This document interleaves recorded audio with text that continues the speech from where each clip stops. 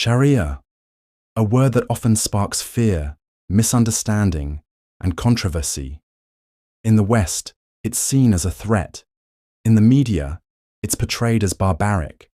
But what is Sharia really? Is it a harsh set of punishments from the past? Or is it something deeper, something divine, timeless, and just? In this video, we uncover the true meaning of Sharia law, what it is, where it comes from, how it works, and why even those who criticize it are unknowingly living by its principles. Let's separate the myth from the truth. What is Sharia? The word Sharia in Arabic means the clear path to water, symbolizing a path that leads to life, purity, and guidance. In Islam, Sharia is the divine law given by Allah, revealed through the Qur'an and the teachings of Prophet Muhammad, to help humans live moral, just, and balanced lives. Sharia is not just a legal system, it's a complete code of life. It governs how Muslims pray, fast, marry, raise children, do business, solve disputes, and treat others, including non-Muslims. It's not about control, it's about purpose, justice, and mercy. The foundations of Sharia. Sharia is not created by humans. It is derived from four major sources. The Qur'an, the direct word of Allah. Example: Indeed, Allah commands you to render trusts to whom they are due, and when you judge between people, judge with justice. Surah An-Nisa 458. The Sunnah, the sayings and actions of the Prophet. Prophet said, Muslims must keep their agreements and contracts. Abu Dawood. Ijma, consensus of scholars on issues not directly mentioned in Qur'an and Sunnah. Qiyas, logical reasoning based on Islamic principles. This allows flexibility for modern issues. The objectives of Sharia, Maqasid al-Sharia. Sharia is not a rigid punishment-based system. Its core goal is to protect and preserve 5 universal values: religion, life intellect, lineage property.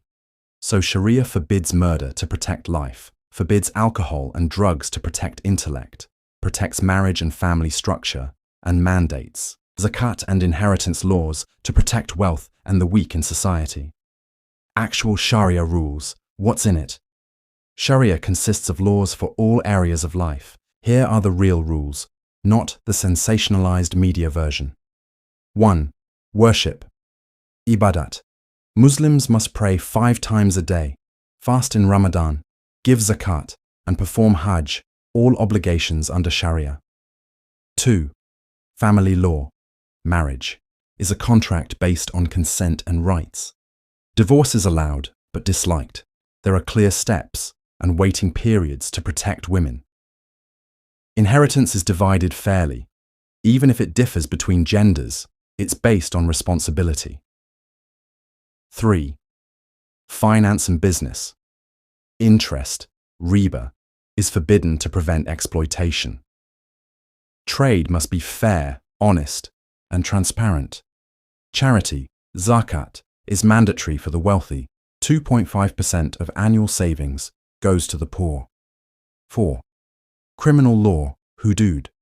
Yes, Sharia does include punishments, but these are highly conditional and rarely implemented due to the strict burden of proof. Example: theft. Only when the stolen item is valuable, the thief is not in need, and theft is proven without doubt. Adultery requires 4 adult eyewitnesses who saw the act, virtually impossible in most cases. Even Caliph Umar, R.A., suspended the punishment for theft during a famine, showing mercy over rigidity. 5. Civil law. Sharia resolves disputes, deals with debts, property, and contracts, with emphasis on justice and witnesses. Is Sharia being implemented today? Yes, but rarely in full.